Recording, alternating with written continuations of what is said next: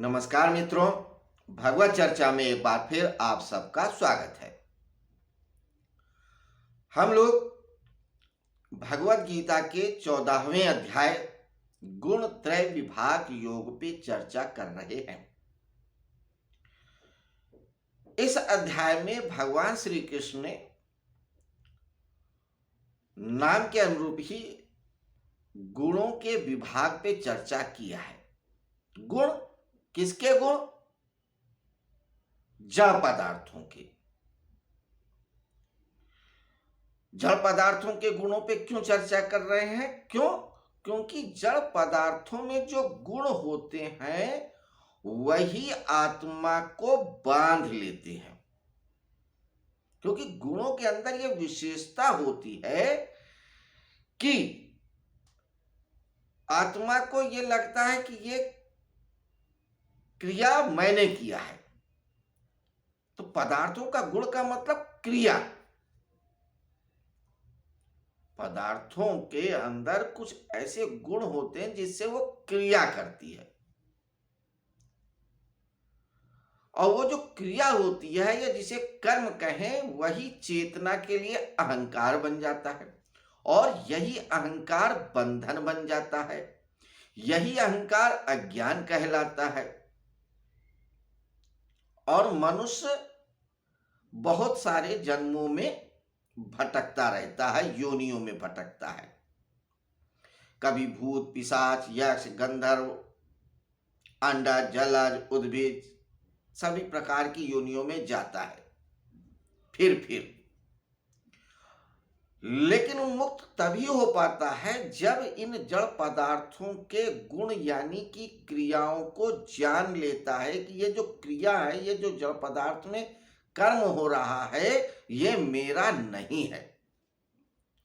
क्योंकि आत्मा को या जो चेतन तत्व है उसको दो चीजें बांधती हैं, पदार्थ और क्रिया। पिछले अध्याय में भी बताया, पदार्थ तो उतना नहीं बांधता जितना क्रिया बांधती है। क्रिया यानी कि वो गुण, कर्म।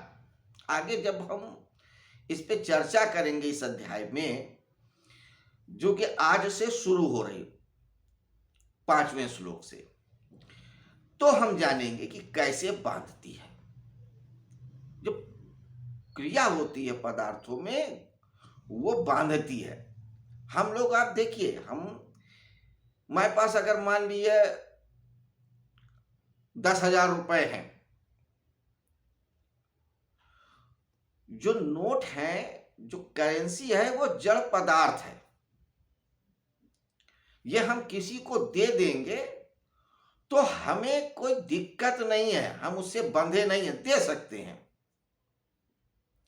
लेकिन जो हमने दिया, कर्म क्रिया, वो बांधता है कि मैंने उसको देखो मौके पे 10,000 रुपए दिए। तो जो क्रिया है, जो कर्म है, ये बांध रहा है। और आप सालों साल तक गाते रहेंगे कि मैंने उस व्यक्ति को उसके वक्त पर या गाढ़े वक्त पर पैसा दिया। तो पदार्थ देखिए नहीं बांध रहा है। हाँ, हो सकता है बहुत से कंजूस व्यक्ति हो तो उसके लिए वो पैसा बांध ले कि नहीं, जान चली जाएगी लेकिन मैं नहीं दूंगा ये धन या ये पदार्थ, ये अपनी वस्तु। लेकिन वस्तु उतना नहीं बांधती जितना वस्तु के साथ हमारा जो कर्म है, जो कर्म हमारा जुड़ा है, वो बांधता है। कि मकान मैंने बनाई, दुकान मैंने बनाया। दुकान नहीं बांध रही है, मैंने बनाए, ये बांध रही है। तो ये जो मैंने बनाई, ये कर्म जो क्रिया के साथ है, चेतना के साथ नहीं है। चेतना कोई कर्म नहीं करता। तो ये जो ज्ञान है, इसी का हो जाना ही मुक्त हो जाना है। तो अब आज हम 5वें श्लोक से इस अध्याय के मुख्य विषय पे आते हैं। आइए अब हम श्लोक को देखते हैं। श्लोक क्या कहता है? श्लोक कहता है इस 14वें अध्याय यानी गुणत्रय विभाग योग का, कि सत्वम रजस्तम इति गुणा प्रकृति संभवा निबध्नन्ति महाबाहो देहे देहिनम अव्ययम। हिंदी में अर्थ, हे महाबाहो, प्रकृति से उत्पन्न होने वाले सत्व रज तम ये तीनों गुण अविनाशी देही को देह से बांधता है। श्लोक में देखिए जो पारिभाषिक शब्द आए हैं वो क्या है। सत रज तम इति गुणा प्रकृति संभवा। निबध्नन्ति मतलब बांधना। महाबाहो अर्जुन के लिए कहा गया। यह संबोधन पहले भी भगवान श्री कृष्ण ने अर्जुन के लिए कहा था, महाबाहो। देहे देहिनम अव्ययम। देही मतलब जो शरीर के अंदर चैतन्य तत्व है उसको देही कहा है। देह तो जड़ हो गया और देही चैतन्य हो गया। अव्ययम जो नाश नहीं होता या मृत्यु को नहीं प्राप्त होता है। तो जो चेतन तत्व है इस शरीर में उसके लिए कहते हैं कि ना नष्ट होने वाले उस चैतन्य तत्व को कौन बांधता है? सत रज तम ये गुण।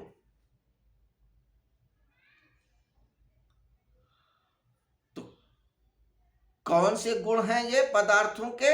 सत रज तम, यही तीन गुण हैं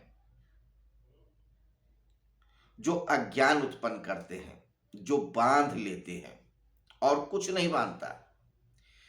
यदि चेतन तत्व या व्यक्ति, ये जड़ क्या है, तम क्या है और रज क्या है, तो सत रज तम को ठीक ठीक समझ लेता है। फिर मैं कहूंगा समझने का तात्पर्य क्या है? अस्तित्वगत समझ लेना, रट नहीं लेना। जैसे बच्चे रट लेते हैं ट्विंकल ट्विंकल लिटिल स्टार, ऐसे ही बहुत सारे व्यक्ति भी हैं रट लेते हैं। भगवत गीता के श्लोक रटे हैं, धारा प्रवाह बोल देंगे, लेकिन जीवन में कहीं कोई परिवर्तन नहीं। रामचरितमानस की चौपाई पूरी कंठस्थ है, जीवन में कहीं कोई परिवर्तन नहीं है। या उन्होंने व्याख्या जान लिया है लेकिन जीवन में कोई परिवर्तन नहीं है। तो ये जानना नहीं है, ये एक इंफॉर्मेशन है। वैसे अगर आपको पता हो कि हमारे घर के पास जो है हनुमान जी का मंदिर है चौराहे पे, पचमुखी हनुमान जी का, ये एक इंफॉर्मेशन है। बस ऐसे ही आपने एक इंफॉर्मेशन ग्रहण कर ली कि सत रज तम तीन गुण होते हैं और ये तीनों आत्मा को बांध लेते हैं। तो इस इंफॉर्मेशन से आपका कुछ नहीं होना है। होना तब है जब हम उसको अस्तित्वगत जान लें। आपको थोड़ी सी और बात बताएं। समझना 4 स्तर पे होता है, यह समझाना भी 4 स्तर पे होता है। तो ये समझना और समझाना वाणी के द्वारा होता है। वाणी मतलब विचार भाव जो भी है शब्द है। तो ये जो वाणी होती है 4 स्तर पे होती है, वैखरणी, मध्यमा, पश्चंती और परा। मध्यमा का वैखरणी का अर्थ होता है जो हम बोल रहे हैं और आप सुन रहे होते, दैट इज द वैखरणी। ये शरीर के तल पर है, कर्म के तल पे है। हमने बोला और आपने सुना, ये एक कर्म हो रहा है। मैं बोलने का कर्म कर रहा हूं, आप सुनने का कर्म कर रहे हैं, या आप बोलने का कर्म कर रहे हैं और मैं सुनने का कर्म कर रहा हूं। तो ये वैखरणी के स्तर पे बातचीत हो रही है, किसी चीज को समझना हो रहा है। दूसरा तल है मध्यमा। तो बोलने के पहले भी, सुनने के पहले भी कोई चीज होती है जो अंदर होती है हमारे, वो है मनन के रूप में, विचार के रूप में, इसे भाव रूप में भी कह सकते हैं। तो जब हमारे अंदर कोई विचार चल रहा होता है तो हमारे अंदर एक भाव भी चल रहा होता है। अगर हम किसी के बारे में बड़े उत्तेजनात्मक रूप से सोच रहे हैं कि बड़ा खराब है, उसने बड़ा गलत किया, तो हमें क्रोध भी आने लगेगा। तो भाव के स्तर पर भी चीजों को समझते हैं। मध्यमा का स्तर है। फिर तीसरा है पश्यंती, विचारों के पहले जो था, वाणी, जो समझ, जो ज्ञान, वो देखने का तल है। तब वो अनुभव के स्तर की बात होती है, आत्मा के स्तर की बात होती है। और परा का मतलब वो परे है, it is beyond our limitations, वो सत्य ही है। तो जब कोई भी अनुभव, कोई भी विचार, कोई भी भाव सिर्फ कर्म के तल पे न रहे, मध्यमा पश्यंती से होता हुआ परा के स्तर पे हो जाए, ध्यान की चरम ऊंचाइयों तक पहुंच जाए, तो हमारे अस्तित्व में समा जाता है, फिर हम वैसा ही बन जाते हैं। तो अर्जुन ने भगवत गीता का जो उपदेश सुना वो ध्यान के स्तर पे ही सुना है। अर्जुन स्वयं बहुत बड़े योगी थे। कई बार उनको कहा है इसी भगवत गीता में, गुड़ाकेशिन, जिसने नींद को जीत लिया हो।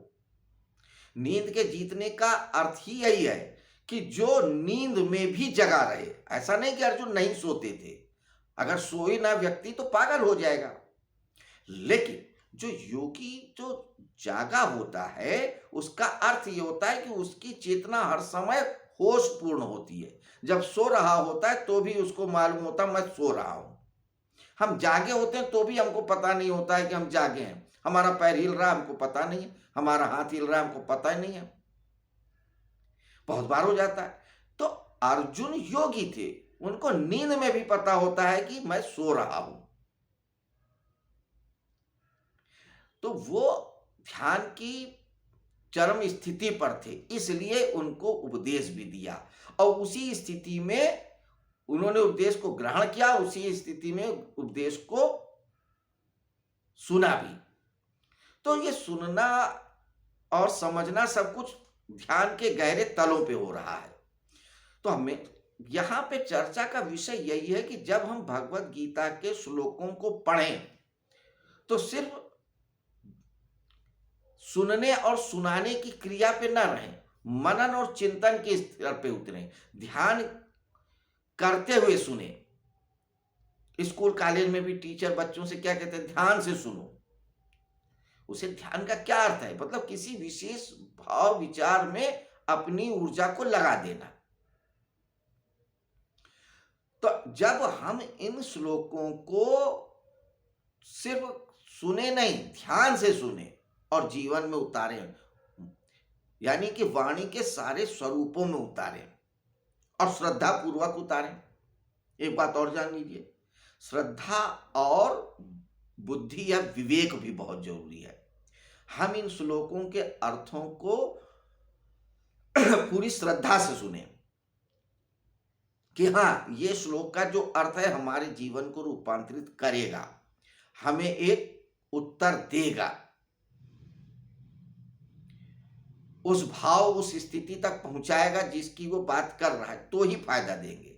और फिर विवेक बुद्धि भी लगाएं, ऐसा नहीं कि सिर्फ श्रद्धा है, विवेक भी लगाएं। इसीलिए भगवान श्री कृष्ण ने इस पूरी भगवत गीता में बार बार श्रद्धा और विवेक दोनों की बात कही है। कैसे कही ये भी देखेंगे, पहले तो कही है। खैर, अब हम फिर अपने विषय पे आते हैं। तो भगवान श्री कृष्ण कहते हैं कि सत रज तम तीन ही गुण हैं जो इस चैतन्य तत्व को बांधते हैं अपने गुणों के द्वारा। तो पदार्थों में तीन गुण होते हैं, सात्विक, राजसिक और तामसिक। यही तीनों गुण चैतन्य तत्व को बांध लेते हैं। ये कह रहे हैं भगवान श्री कृष्ण 5वें श्लोक में 14वें अध्याय के। बड़ी साइंटिफिकली ये समझाते चल रहे हैं। अगर हम थोड़ा सा विवेक लगाएंगे तो देखेंगे भी कि जड़ तो कोई क्रिया करता नहीं है। करेगा कब? जब उसके साथ कोई चेतन तत्व जुड़ेगा। अगर साइकिल रखी है तो साइकिल चलेगी नहीं, युगों युगों तक रखी रहे तो रखी रहेगी। जब तक कोई चलाने वाला नहीं होगा। पंखा है वो चलेगा ही नहीं जब तक कि कोई चलाने वाला नहीं होगा। अब आप कहेंगे तो बिजली से चलता है, लेकिन बिजली का बटन कौन दबाएगा? कोई चेतन ना। तो बिना चैतन्य के संयोग के जड़ में क्रिया नहीं होती। चल कौन रहा है बटन दबाने से? पंखा। चलाने वाला तो बैठ गया फिर। अब चलाने वाले में कोई क्रिया नहीं हो रही, चैतन्य व्यक्ति में कोई क्रिया नहीं, चल लगातार कौन रहा? पंखा। तो क्रिया किस में हो रही है? जड़ में, पंखे में हो रही है। इन द सेम वे आप समझिए कि जो क्रिया होती है, जो कर्म हो रहा होता है, वो जड़ पदार्थ में होता है, लेकिन बांध क्या लेता है? कर्म। तो जो चेतन जिसने बटन दबाया पंखे का, वो उसके अंदर अब अहंकार आ जाए कि देखो मैंने पंखे को चला दिया, वरना चलता ही नहीं, मेरी वजह से पंखा चल रहा है। नहीं, पंखा चल रहा है, कर्म उस पंखे में ही हो रहा है, जड़ में हो रही है, चेतन में नहीं हो रहा है। लेकिन ये अहंकार, ये अज्ञान बांध लेता है। तो ये अज्ञान जो अहंकार है वो 3 प्रकार का हो गया, यानी जो क्रिया, जो कर्म हुआ 3 प्रकार का। ये अज्ञान कह लो, सत्व, रज और तम। इसी को ये व्याख्यायित करेंगे 5वें श्लोक से लेकर के 20वें श्लोक तक, 15 श्लोकों में, बल्कि 16वां हो गया ये 16 श्लोकों में। तो आज हमने यही जाना कि सात्विक, राजसिक, तामसिक 3 गुण होते हैं हर पदार्थ के अंदर, और यही चेतन तत्व को बांधते हैं। हम लोग चर्चा में एक ही बिंदु को कई कई बार रिपीट करते हैं। सिर्फ इसलिए रिपीट करते हैं कि बहुत बार हमको लगता है कि हम सुन रहे हैं, लेकिन हम सुन नहीं रहे होते हैं। और अगर सुन भी रहे होते हैं तो थोड़ी देर बाद वो वाइप आउट हो जाता है, इरेज हो जाता है, डिलीट हो जाता है दिमाग के स्क्रीन से। तो आज हम लोगों ने 5वें श्लोक पे थोड़ी सी चर्चा किया। अब सत, रज, तम, इन 3 गुणों पे अगले कुछ दिनों तक हम चर्चा करते रहेंगे। तो सत क्या है, रज क्या है, तम क्या है, हम आगे जानेंगे, और ये कैसे बांधते हैं ये भी जानेंगे।